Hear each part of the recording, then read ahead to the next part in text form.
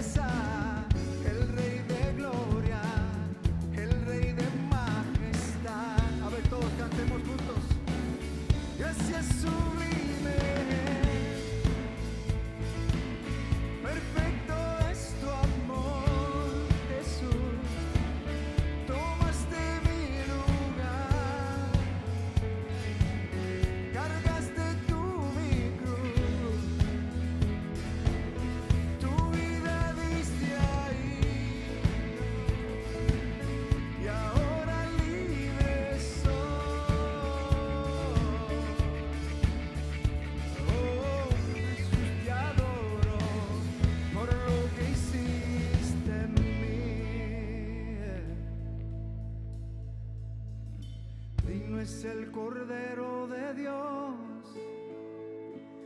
Digno es el Rey que la muerte venció. Digno es el Cordero de Dios. Digno es el Rey que la muerte venció. Digno es el Cordero de Dios. Digno es el Rey que la muerte venció. Digno es el Cordero de Dios. Digno, digno. Oh, gracias sublime.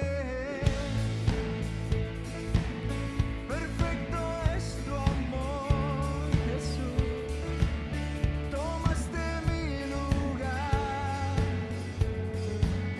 Cargaste tú mi cruz. Tu vida diste ahí. Y ahora libre soy.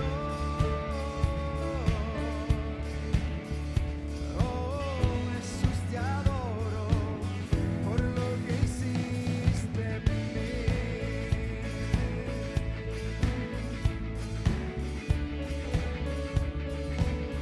Por lo que hiciste en mí, Dios.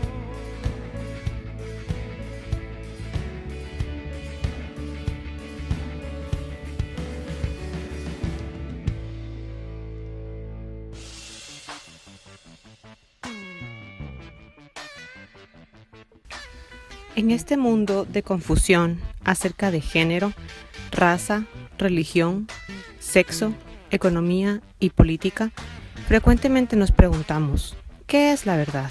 ¿Y qué deberíamos nosotros creer? La verdad es que tú eres quien Dios dice quien tú eres. Entonces, ¿quién eres tú?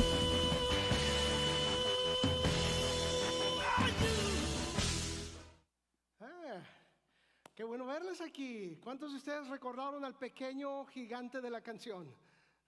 Nelson Ned, inconfundible. Es asombroso Nelson Ned. ¿Sabía usted que en el 1993 vino a los pies de Cristo? Cambió su vida completamente y toda su trayectoria artística y terminó. Uno de sus últimos récords fue acerca de cantar que Jesús resucitó. Y fue uno de los latinos que ha dado la comunidad latina y que impactó el mundo entero. 50 millones de discos vendió. Fue algo asombroso y lo recordamos hoy por este tema. ¿Quién eres tú? No sé ustedes, pero a veces vivimos en un mundo de confusión. Vivimos en un mundo de confusión política, vivimos en un mundo de confusión económica, en un mundo de confusión personal, inclusive social, en el cual personas se encuentran vez tras vez haciendo la misma pregunta: ¿quién soy yo? No sé si has topado con personas que inclusive les aconsejan a veces personas, psicólogos, o encuentran en algún lugar la manera de, les dicen, trata de encontrarte a ti mismo. Y dicen, es que no sé quién soy yo y ando tratando de encontrarme a mí mismo. Y andan buscando en lugares tan lejos del principal lugar donde debemos de buscar a nosotros mismos. Anda gente buscando en diferentes cosas porque te dicen, y se meten en tantas cosas fuera de la cosa que es la más verdadera. Y te dicen, es que me metí en esto y ya no sé ahora cómo salir porque ando buscando quién soy yo. No sé quién soy, ando buscando quién soy. Y anda la gente a veces perdida buscando quién es. Y a veces le quieres decir, bueno, ¿por qué es que piensas que vas a encontrarte si no sabes quién eres tú? A veces anda gente buscando en otras cosas tan diferentes al propósito que Dios quiere. Y damas y caballeros, el principal meta de Dios es de que nosotros podamos llegar a identificarnos con Él. Esa es la principal meta. Cuando gente no sabe quién es Él, anda buscando en un lugar, en otro lugar, en lugar tras lugar, pero el único lugar en el que podemos encontrarnos es realmente venir a una conexión con nuestro Creador, a una conexión con nuestro diseñador. Él sabe mejor que nada, mejor que nadie, quién somos nosotros. Y le digo, andamos buscando en tantas cosas porque vivimos en un mundo de confusión. Y realmente, si usted piensa de esta manera conmigo, ¿sabía usted que la Biblia nos enseña en el libro de Génesis, que el libro de Génesis realmente empezó no con confusión? Realmente el libro de Génesis empieza que Dios estableció un orden. Su creación fue perfecta.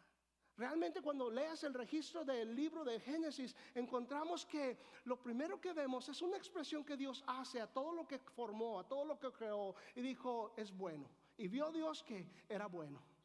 Generalmente en iglesias a veces empezamos a hablarte acerca de lo que de el pecado y lo que entró, pero realmente el primer diseño de Dios fue crear un mundo bueno, un mundo de armonía, un mundo de congruencia, un mundo donde Dios dio las pautas claras, pautas concisas, sin ambigüedad. Ese fue el mundo en que Dios realmente quiso que el hombre viviera. Pero cuando vemos un mundo en confusión, un mundo en el cual en toda área de la sociedad gente vive confundida, tenemos que ir en dónde saltó el tren del carril. Y puedes ver en el mismo libro de Génesis, no largo tiempo, pero en el capítulo 3 es por cuando pecado entró en la escena. Pecado entró en la escena y esa congruencia, esa unidad que Dios quería, esa amistad con Dios fue destruida y fue confundida y fue transgiversada por precisamente la serpiente. ¿Se acuerda usted de la historia en el capítulo 3 de Génesis? La serpiente. Ahora, si usted tiene niños que les gustan las serpientes de mascotas, no quiero que se asusten ni se alarme. No, es que esas son del diablo. No, la manera que yo le explicaría a un niño si quiere tener una mascota de una serpiente es de que el diablo no es una serpiente necesariamente, pero tú agarró el disfraz de una serpiente, ¿verdad? Pero la serpiente vino, Satanás, y note usted, lo primero que hizo para confundir esa claridad de la palabra de Dios que le había dado a Adán y a Eva, a los primeros padres, Satanás lo que hizo fue confundir la palabra trayendo una pregunta: ¿acaso es cierto lo que Dios dijo? ¿Estás seguro? ¿No estás confundido realmente de lo que Dios dijo? Note usted, Dios le había dicho claramente a Adán y a Eva qué es lo que debían de hacer, qué es lo que no debían de hacer. No había ambigüedad en ello, era claro. Pero Satanás, ¿sabía usted que precisamente con pecado fue arraigado, o la raíz de pecado viene siendo confusión? Satanás vino y confundió y empezó a poner duda, empezó a traer a que confundiera el pensamiento y vino a confundir la palabra clara de la palabra de Dios a estos primeros hombres, Adán y Eva. Y es donde pecado entró a traer confusión a la humanidad. Y la manera que nosotros podemos aclarar, la manera que nosotros podemos llegar a la congruencia, de la manera que nosotros podemos salir de confusión, es poder volver a conectarnos con nuestro Creador y nuestro Diseñador. Es la única manera. Note usted, la Biblia enseña que el pecado entró en el mundo y así la muerte vino a todos los hombres, porque todos los hombres seguimos la misma identidad de Adán. Pero era necesario que un hombre que no hubiera caído en probar del árbol prohibido, era el único que calificaba para ser nuestro Salvador. La Biblia habla acerca de precisamente Cristo Jesús, que es nuestro Señor y Salvador, porque fue nacido de una simiente no de pecado. Y le digo, Dios es un Dios de orden. Dios es un Dios no de confusión. De hecho, la Escritura habla en 1 Corintios 14:33 que Dios es un Dios, no es un Dios, perdón, mejor dicho, de confusión. Dios es un Dios de orden. Y Él quiere que podamos venir a esta comunión con Él, a que podamos encontrarnos a nosotros mismos, de que nosotros podamos dejar la confusión que hay en este mundo que entró precisamente en Génesis capítulo 3 en pecado. Usted puede verlo. El propósito de Dios fue claro, fue sencillo y fue claro. La orden que le dio a Adán y a Eva. Pero otra vez, pecado entró, la serpiente vino y confundió la palabra de Dios, vino a traer trajo un agravio a la palabra de Dios, con que Dios ha dicho que no pueden comer. ¿Note usted? Empezó a poner duda, empezó a poner precisamente confusión. Y Satanás siempre va a cuestionar. Note usted, Satanás siempre va a cuestionar la exactitud y la autoridad de la palabra de Dios. Siempre lo va a hacer. Y es lo que el enemigo hace cada día, trayendo turbulencia a personalidad. A la personalidad, a cada persona que le permite, el enemigo trae turbulencia. A veces le decía, personas andan buscando y diciendo, ¿quién soy yo? No sé quién soy. ¿Para qué vine aquí? ¿Por qué estoy existiendo aquí? Note usted, a veces personas llegan a creer que son el deste de la desta. ¿Se ha fijado? Todos lo tenemos en nuestra casa, un cajón donde están muchos, el deste de la desta. ¿A poco no? No sé por qué. Mira, ¿dónde está lo que amarra aquí? ¿Cuál? El de la desta. Para hacer esto. Y te has fijado, todos tenemos un cajón con chucherías que no sabes para qué son. Muchos tienen un cajón y tienes un corcho, tienes un alambre, tienes un broche, tienes un alfiler, tienes un pedazo de madera que a veces lo agarras y no les ha pasado, lo agarras, luego de repente dices, ¿lo vas a tirar? ¿Esto para qué? ¿Lo vas a tirar? No lo tires, porque es lo que necesito para arreglar el deste de la desta, el que está ahí, ¿verdad? El deste de la desta. No sabes para qué es, pero no lo quieres tirar, porque en algún momento cuando lo tiras, ¿quién tiró el pedazo de alambre que estaba en el cajón de las chucherías? Es que es el que uso para abrir el closet cuando se cierra.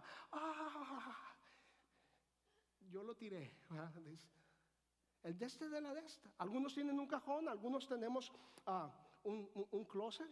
Algunos de ustedes tienen todo el garage como el lugar de chucherías. Vas a tu casa y es el garage completo, el garaje, ¿verdad? Para ser más latino, pero mi punto es que, ¿sabía usted que gente vive hoy en día caminando en este mundo como el deste de la desta? No saben para qué es, no saben para qué son. Sin embargo, la manera de poder encontrar el propósito que Dios tiene para tu vida, para mi vida, es venir a tener una conexión con nuestro Creador, con el que diseñó nuestra vida. Él tiene un plan perfecto, diseñado para todos y cada uno de nosotros. Y es en el único el que podemos encontrar nuestra identidad. Nosotros vinimos en este mundo, note usted, en un mundo caído, en un mundo de confusión, porque adoptamos la identidad de Adán. Pero la Biblia enseña que vino un segundo Adán. Vino el otro Adán. Un Adán que nació no de pecado, pero que vino a establecer todas las cosas en el orden que Dios había establecido. Y ahora la pregunta es, ¿o tengo todavía la identidad de Adán o puedo venir a una conexión con mi Creador para poder tener mi identidad en Cristo Jesús? De poder entender que tiene Dios un propósito, tiene Dios un plan para todos nosotros. Y cada uno de nosotros necesitamos encontrar nuestra identidad en Dios.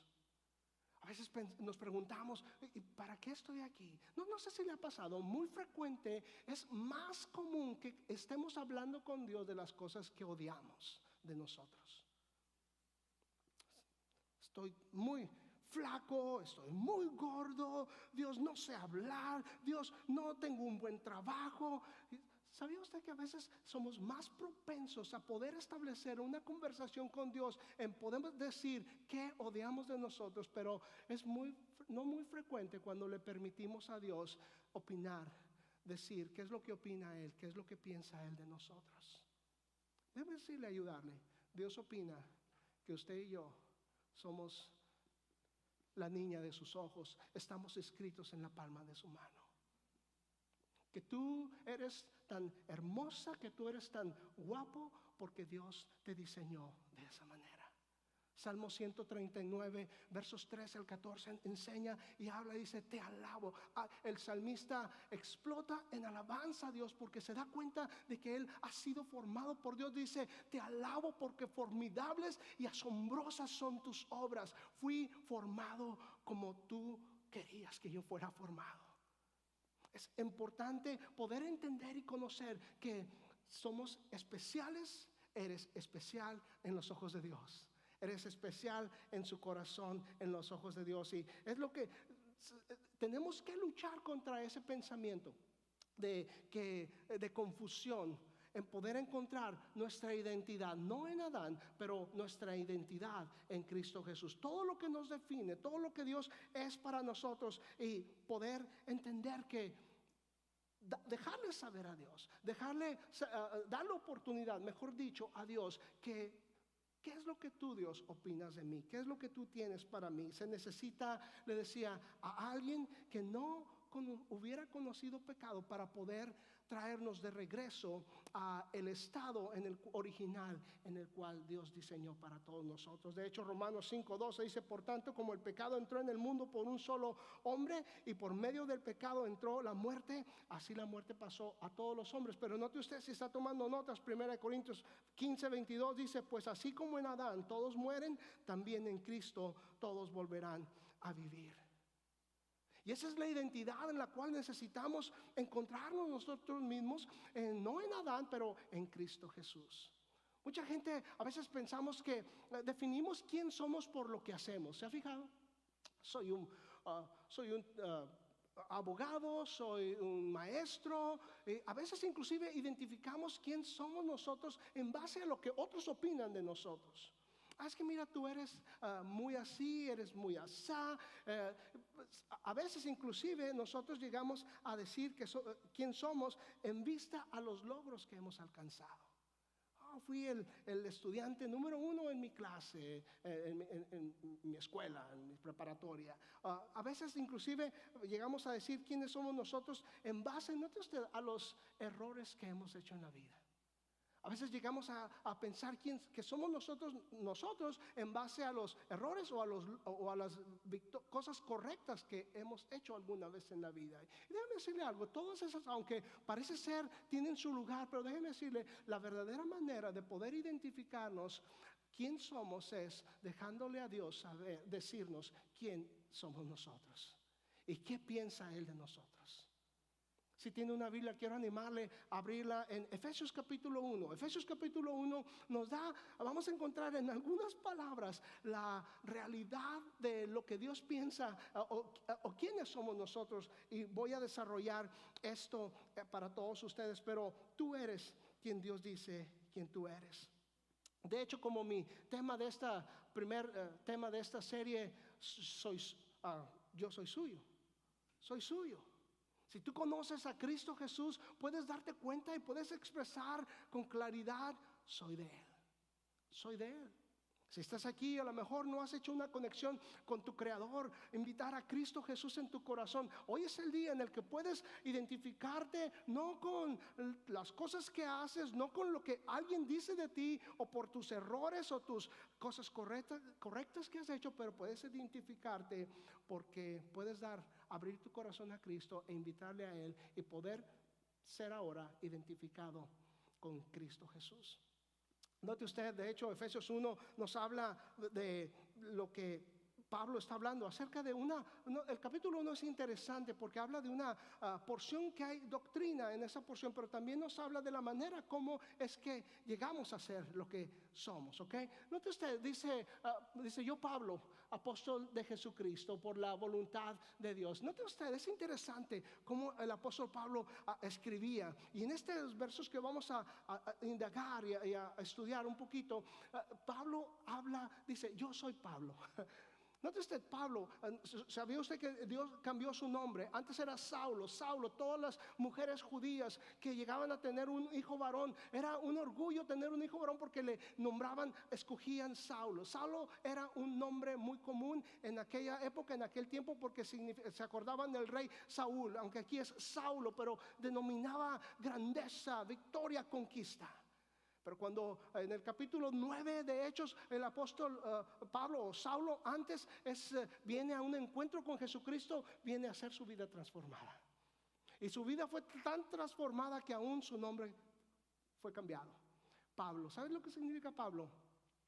Pequeño, humilde. Me interesó Nelson Ned. ¿Sabe usted que sufría de una enfermedad que todos saben, de enanismo? Es una enfermedad realmente. Llegó a medir 1 metro y escasos centímetros. Pero le ganó el nombre del pequeño gigante de la canción. Pablo está diciendo, soy pequeño. Dios transformó mi vida, pero no está hablando de humildad. No lo dice, dice apóstol de Jesucristo por voluntad de Dios. Saludos a los santos. No a los santos de Brasil, del equipo de fútbol, ¿ok? Ni a los de la comarca lagunera en Torreón, Coahuila, los Santos Laguna, no, a los santos. ¿Qué decir a usted y a mí? Dice a los santos y fieles en Cristo Jesús que están en Éfeso. Dice que la gracia y paz de nuestro Dios y Padre y del Señor Jesucristo sean con todos ustedes. Note usted, Pablo siempre habla en sus cartas de gracia y paz. Gracia, ¿qué es gracia? Es el regalo inmerecido. Gracia habla de nuestra salvación. Habla de ese regalo de salvación que nosotros obtenemos cuando venimos e invitamos a Cristo Jesús en nuestro corazón. Dice, es gracia y es paz. Y siempre van juntas, porque cuando tú recibes algo que es por gracia, es tu salvación, te da paz, te da seguridad. Gracia y paz. Y note usted, quiero animarle a poder asentar y afirmar el hecho de quién somos en base a con quién nos identificamos, y nuestra identidad ahora está en Cristo Jesús. Tenga cuidado, porque muchas de las veces tenemos esta tendencia, venimos de un mundo salpicado de ausencia de Dios, y en la búsqueda de encontrar quién somos nosotros, a veces nos identificamos. ¿De qué mes eres tú? Soy de abril. Mi signo del zodiaco es Aries. ¿Sabía usted que cuando venimos a Cristo Jesús, nuestro símbolo del zodiaco quedó atrás? Nuestro símbolo ahora es la cruz en la cual mi Señor murió por mí y entregó su vida por mí. No más que las estrellas dicen, no más que chupo el dedo y a ver a dónde va el viento, pero ahora mi vida está escondida en Cristo, escondida en Dios. Ahora mi identidad es con Él. Y note usted, para poder entender voy a estar hablando en las siguientes 5 semanas a lo mejor acerca de quién somos, y quiero empezar a poner el primer tema el día de hoy, de poder afirmar, asentar quién somos en la medida número 1, si usted tiene sus notas, número 1, en que estás salvado. Si tú has entregado tu vida a Cristo, si un día confesaste a Cristo en tu corazón, puedes decir, soy salvo. Soy salvo, estoy salvado. Note usted la escritura lo que dice, para alabanza de la gloria de su gracia, el regalo inmerecido, dice, con la cual nos hizo aceptos en el amado. ¿Sabía usted que eres aceptado por Dios? No tienes que hacer más para ganar esa aceptación, ese amor de Dios. No tienes que hacer algo menos para estar lejos de esa aceptación y de ese amor de Dios. Salvación, damas y caballeros, es precisamente como dice este verso, es por gracia.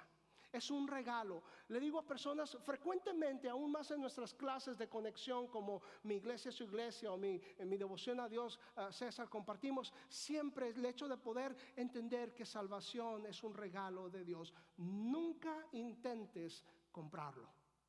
Porque a veces gente intenta comprar el regalo de Dios, que es salvación, por fe. Dicen, bueno, es que soy salvo, sí, acepté a Cristo, pero también necesito. Tiempo fuera. Si tú quieres ayudarle a Dios en ese regalo inmerecido que Él te dio su gracia, entonces ya no es gracia, ya es un pago. De hecho, la escritura dice en Romanos 6:23, la paga del pecado es muerta. Hay un pago por el pecado, es muerte, pero la dádiva, la gracia, el regalo de Dios es gratis. Es salvación, realmente dice, es salvación de Dios. Entonces no intente nunca comprar esa salvación. Es un regalo, es por gracia. y hemos sido aceptos en el amado. Dice, en Él tenemos la redención por medio de su sangre, el perdón de los pecados, según las riquezas de su gracia. También ustedes, luego de haber oído la palabra de verdad, que es el evangelio que los lleva a la salvación. Cuando escuchaste el evangelio, todos nosotros de alguna manera o de otra escuchamos el evangelio. Alguien nos platicó, escuchamos en el radio, vimos en la televisión, venimos a la iglesia, tu mamá, tu abuelita, alguien tuvo que participar de comunicarte el evangelio de la salvación, y en base a escuchar ese evangelio es en base que nosotros, tú y yo, creímos, y es que tú y yo recibimos ese regalo de Dios y somos ahora salvos. Estamos salvados. Realmente es lo que me enseña la palabra de Dios, que estamos salvados. Le digo, es un regalo. No intenté comprarlo, nada más un regalo, lo recibimos. Es todo lo que hacemos. Y estamos, para poder encontrar mi identidad en Cristo, necesito darme cuenta que estoy salvado. En el momento que respondemos a esa gracia, en el momento que respondemos al perdón de Dios, somos en ese momento salvos. Amén. Eso es algo hermoso. ¿Y de qué somos salvos? ¿De qué somos salvos? Primeramente somos salvos de la paga, o somos salvos de la pena del pecado. Note usted, Romanos le decía 6:23, porque la paga del pecado es ¿qué? Muerte. Una vez que venimos a Cristo y le recibimos, somos salvos de la pena de ese pecado. No tenemos que pagar más. El Señor Jesús ya pagó por nosotros. Es interesante porque las semanas pasadas que recordamos la Pascua, hay algo muy interesante. Note usted, a veces en esta confusión, en esta ambigüedad, gente te dice, no, es que no sé cómo, por qué, Dios, no sé, no lo encuentro. ¿Sabía usted que Dios dice, por ejemplo, Isaías capítulo 1, versos 18, dice, ven y vamos a razonar? Es decir, Dios no es un Dios, le decía, de confusión, es un Dios certero. Dice, ven y vamos a razonar. De hecho, si tiene la versión Reina Valera del 60, dice, estemos de acuerdo. Hay algo congruente, hay algo razonable en venir a Dios. Y Él dice, si tus pecados fueren como la grana, vendrán a ser como la nieve. Si fueren rojos como el carmesí, van a ser blancos como la lana. ¿Hay algo de confusión en ello? No. De hecho, Dios nos invita a razonar con Él, a poder asentar el hecho de que todo el sufrimiento, todo lo que se necesitaba para que pudiéramos tener comunión con Dios, fue ya pagado en la cruz del Calvario. Él tomó la parte pesada de nuestra salvación. Lo único que necesitas hacer, si tú no le has conocido, es poder hacer una oración de fe, entregando tu vida a Cristo. De hecho, Romanos 9, versos 9 y 10, Romanos 10, versos 9 y 10, dice que si confiesas con tu boca que Jesús es el Señor y crees en tu corazón que Dios le levantó a los muertos, serás salvo. Porque con el corazón se cree para justicia, pero con la boca se confiesa para salvación. Entonces somos salvos, número uno, de la paga del pecado, pero también somos salvos también del poder del pecado. De hecho, Romanos 6:14 habla que el pecado no tendrá más poder sobre nosotros. Antes estábamos sujetos a pecar. De hecho, no nos interesaba ni nos preocupaba si pecábamos o no, porque estábamos ya en este mundo caído. Pero cuando vino Cristo a nuestra vida, nos identificamos con Él. Ahora el pecado no tiene más poder sobre nosotros. Ahora tengo el poder. Dios me ha dado el poder sobre el pecado. Ahora puedo elegir esconder mi vida y caminar cubierto con esa justicia de Cristo Jesús en mi vida. Tengo el poder de vencer el pecado, y también somos salvos de la presencia del pecado un día. De hecho, Apocalipsis 20:10 habla que un día delante de Dios, en su reino, en su presencia, pecado no habrá más pecado ahí. En Apocalipsis habla acerca de que un día en su presencia, a lo mejor no aquí, todavía gente muere, ahora todavía hay dolor, todavía hay todo lo que es causado por pecado, pero un día nosotros estaremos libres de la presencia de pecado, en la presencia de Dios. Entonces estoy salvado. Es lo que me ayuda en mi identidad con Cristo, me ayuda a darme cuenta que soy salvo. Aquí está el número 2. Estoy seguro. Tengo seguridad en esa salvación. Dios no juega con usted y conmigo, que le hemos abierto nuestro corazón como el burrito que le ponen una zanahoria enfrente, ¿verdad? Para poderlo hacer avanzar, para que avance. Dios no nos pone un dulce. Mira, eres salvo, entonces aquí está, ven, agárralo. Pero fallaste, te lo quito. Dios no juega así. Ese no es Dios. Dios estamos salvados y estamos seguros. Note usted lo que dice Efesios: y luego de haber creído en Él, fueron sellados con el Espíritu Santo de la promesa. Fuimos sellados. Una vez que le entregamos nuestra vida a Cristo, automáticamente somos salvos y somos sellados con el Espíritu Santo de la promesa.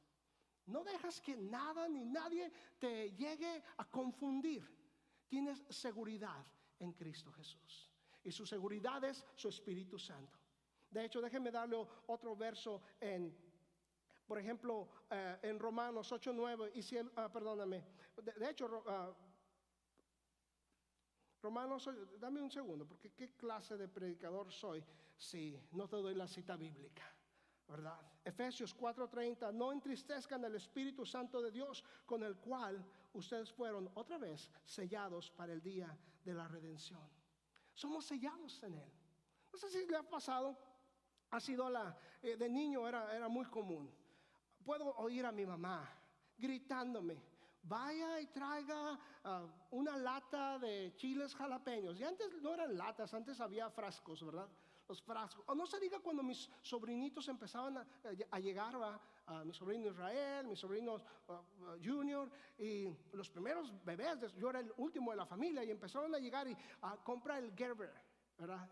La comida para niños. Asegúrate que el sello no esté botado. ¿Cuántos oyeron esa expresión? Asegúrate que el sello esté intacto. ¿Cómo sabes eso? Eres un jovencito. No, muy sencillo. La tapadera, si le aplastas y hace un bota o hace un clic, el sello está roto. Tiene que no hacer clic. Por ejemplo, cuando vas a la tienda y traes, te imaginas que vayas a la tienda y traigas el galón de leche. Y luego ya veas que el sello que trae, el plastiquito ese que arrancas, imagínate que ya no esté, que esté abierto y ya el galón esté como a la mitad. Y dices: mira, alguien ya lo probó. Me hace que está bien, entonces déjame lo llevo a la casa para hacer mi cereal con él. ¿Harías eso? ¿Llevarías algo que el sello ya no está ahí? Bueno, al menos ya me ayudaron, alguien probó que está bien. No.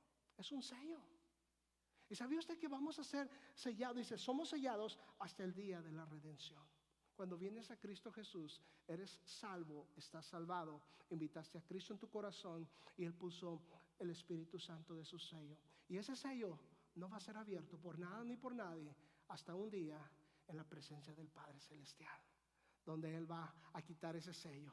Es cuando sabes que estás en su presencia. Es la manera que vas a saber.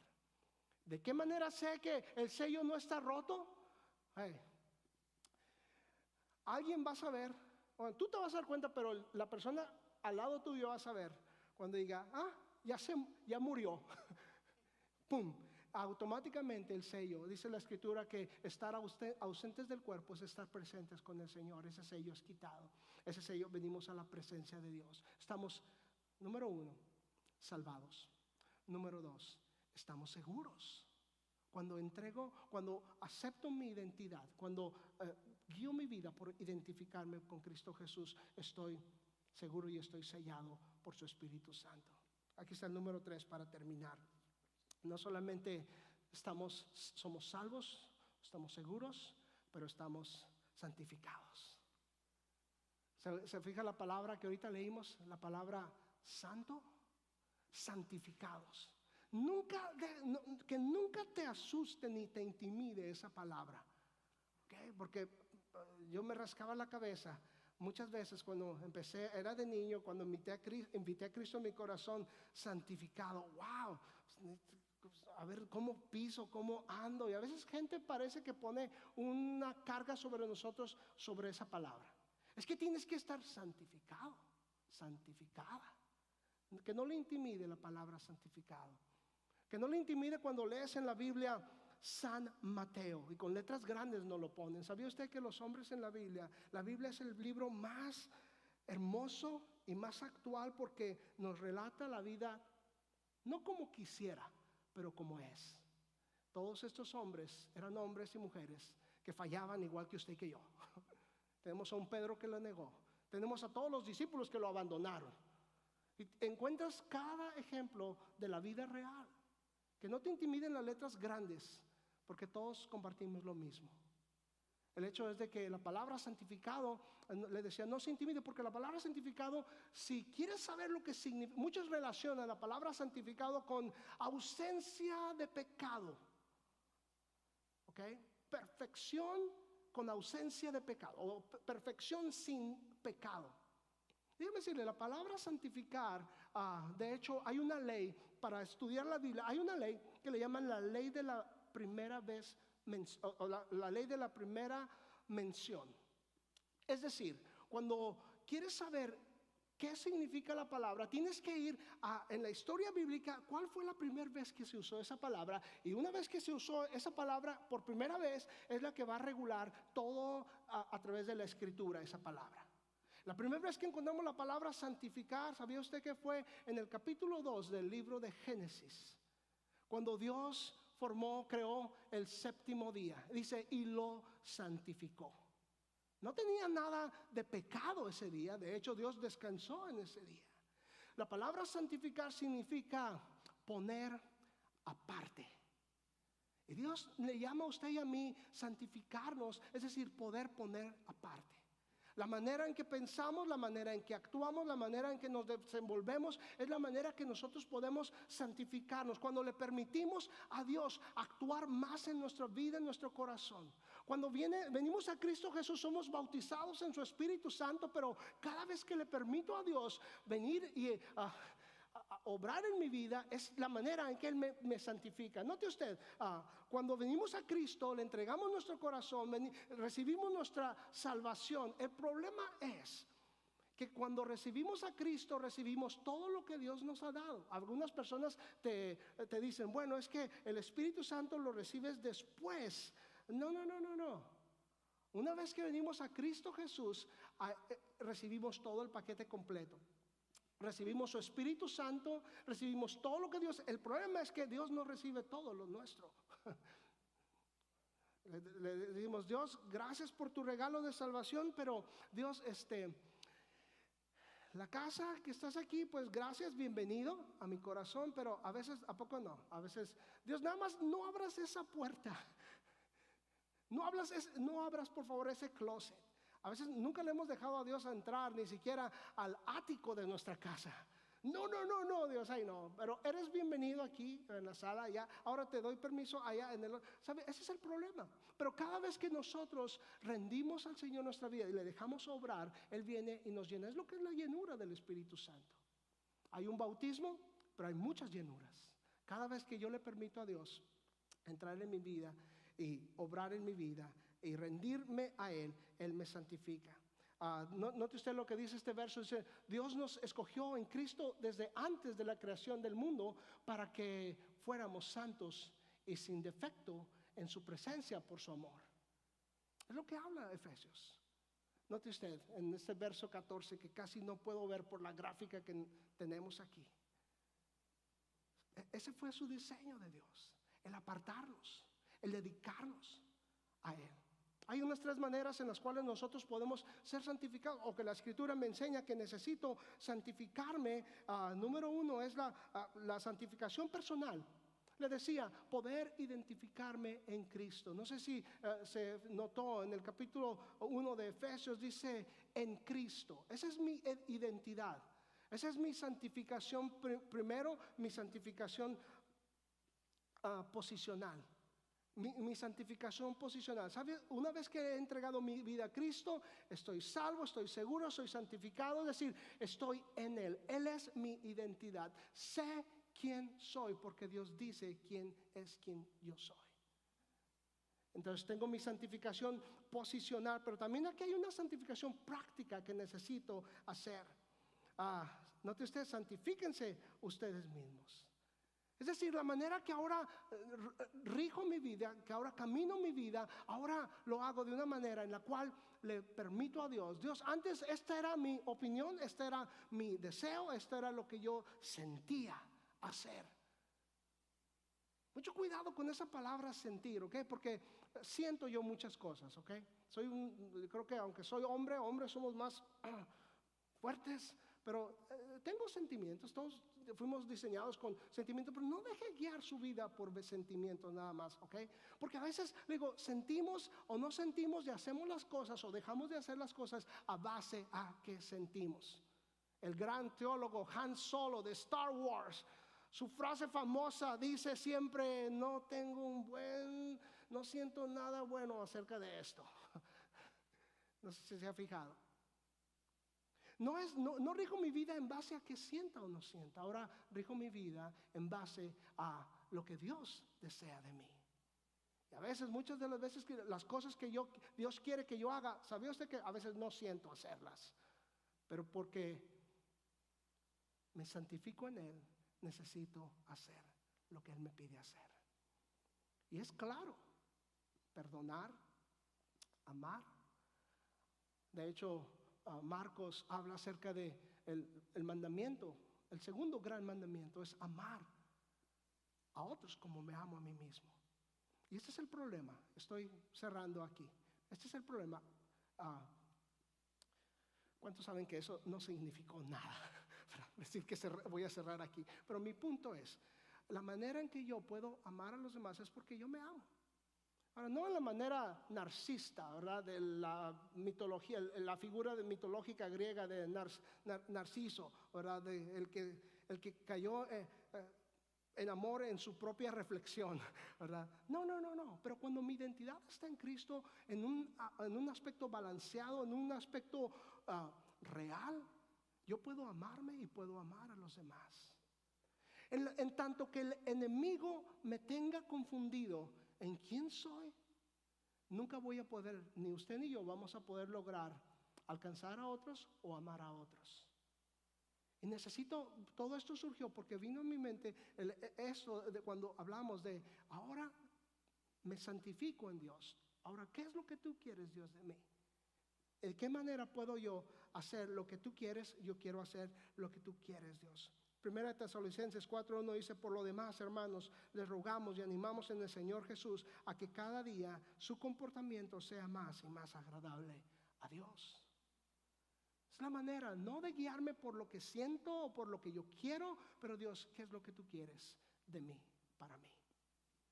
Y la tercera manera que podemos ser santificados es permanente. Le decía una vez que estemos en el cielo. Pero esa es la táctica del enemigo, le decía al inicio, de traer confusión. Mientras el enemigo logre confundirle, es la manera que usted y yo no vamos a poder lograr hacer todo lo que Dios nos ha dado a hacer. La manera que el enemigo esté distorsionando nuestra identidad, no vamos a poder lograr alcanzar a otros o amar a otros. Así que recuerde las bases de la verdadera identidad, quién soy en Cristo Jesús. Una identidad espiritual que yo tengo en Cristo es que estoy salvado, estoy seguro, estoy santificado. Vamos a orar. Padre, gracias por tu amor, tu misericordia, gracias por tu palabra. Aleluya, gracias Dios, gloria a Dios. Es nuestro corazón, nuestro clamor a ti, Señor, nuestra alabanza a ti, Dios. Gloria a ti, Dios. Tú diseñaste un mundo perfecto, un mundo sin pecado. Ese fue tu diseño, Dios. Y la manera que podemos llegar otra vez es encontrando nuestra identidad en Cristo Jesús. Gracias, Padre, por Jesucristo, que nos hace aceptos en el amado. Señor, gracias por tu palabra que es verdad. Ayúdanos a vivir por ella. Ayúdanos a producir el fruto de tu palabra en cada uno de nuestros corazones, Dios. Qué bueno eres, Dios, y qué hermosa es tu palabra. Nos identificamos en ti, Dios. Tal vez esta tarde, Dios, entre nosotros